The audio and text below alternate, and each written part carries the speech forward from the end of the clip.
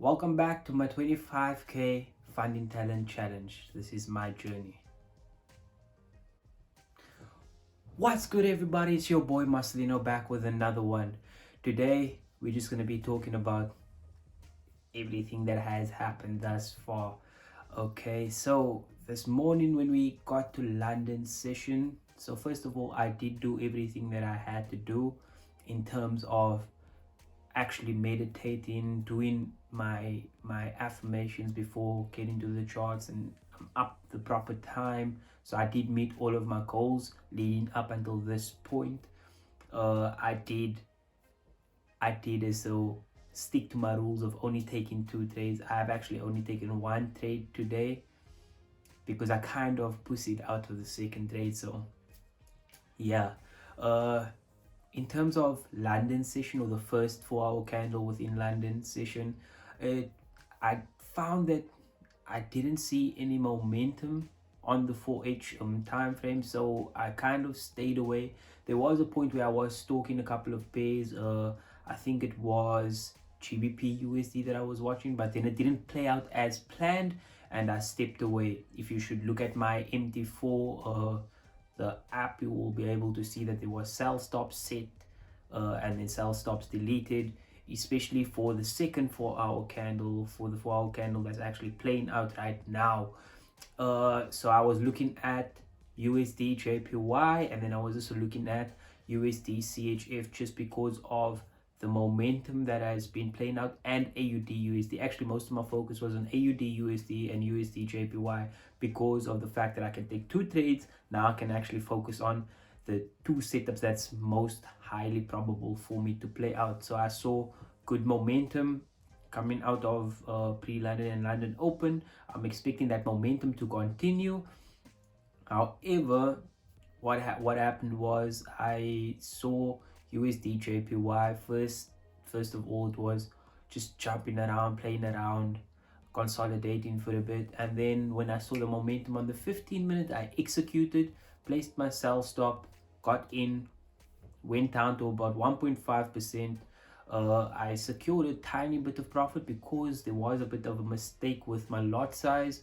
And obviously, 1 to 1, as you always know, I'm at break even. So price then turns around, comes back, and takes me out at break even. So that was my first trade. Price was taken out at break even. At this point, I'm still continuously looking for sells because the 15 minute is still down. However, what you can now see is that price is now on the 15 minute, that candle, a couple of candles are bullish, so I can't be looking for sells as of yet. I'm waiting for a nice down or nice bearish candle on the 15 minute on USD JPY. It comes, I set my sell stop, doesn't get triggered, I delete it. Don't like the way price action looks, and overall I'm actually quite happy with today, besides the fact of this trade that you can actually see here on my screen. That is AUD USD. I kind of, so it was coming to the end of my trading session, my second trading session, and I saw AUD USD. And what you can see is that if you check on the 15 minute, you can see that multiple times we tried to break the highs that were created this morning. However, you can see that we failed to create new highs. So I saw those multiple weak rejections at that certain level, and then I saw a good bearish momentum candle on the 15 minute. So I jumped to the 1 minute. I see that price action actually broke market structure. So now everything's leading up to confluences, is leading up to me actually taking a sell. And I'm thinking, okay, the 4H is kind of overextended. It does need to pull back a bit in terms of the actual candle. So the average trading range of that candle, it does need a bit of a pullback. And what I'm thinking is this thing is probably going to start to fall. And the reason why I didn't take it was because I had a 1 pip stop loss. And why didn't I just increase the stop loss? I have no clue. But there was an opportunity to get a 5%. It's currently floating right now at about 3%, 2% to 3%, which is a big like bummer for me. I don't feel down about it. However, it is what it is. I just need to think about and start journaling as to why I actually missed that opportunity, or not that I missed it, why I didn't take it and actually enter the opportunity.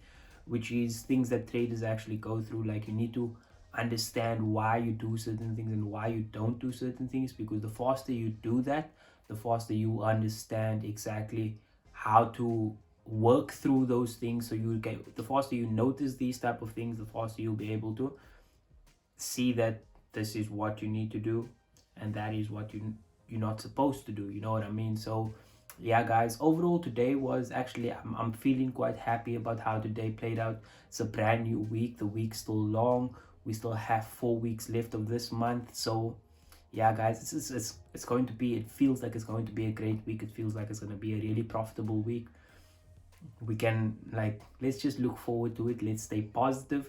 Let's have a successful outlook on this week. Keep our goals in mind, knock your goals out the park. And yeah guys, I am looking into how to actually share my funding talent screen without showing you my login details.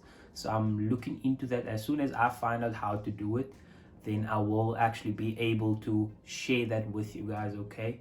However, don't forget to like, don't forget to subscribe, just so that the YouTube algorithm gods can actually push my video out and more people can see it, okay? Thank you so much for following this journey, and I do hope that anybody else that is doing this funding talent or whatever challenge you're doing, comment down below what you guys are, how you feeling about this week so far, and actually what's your approach to this week.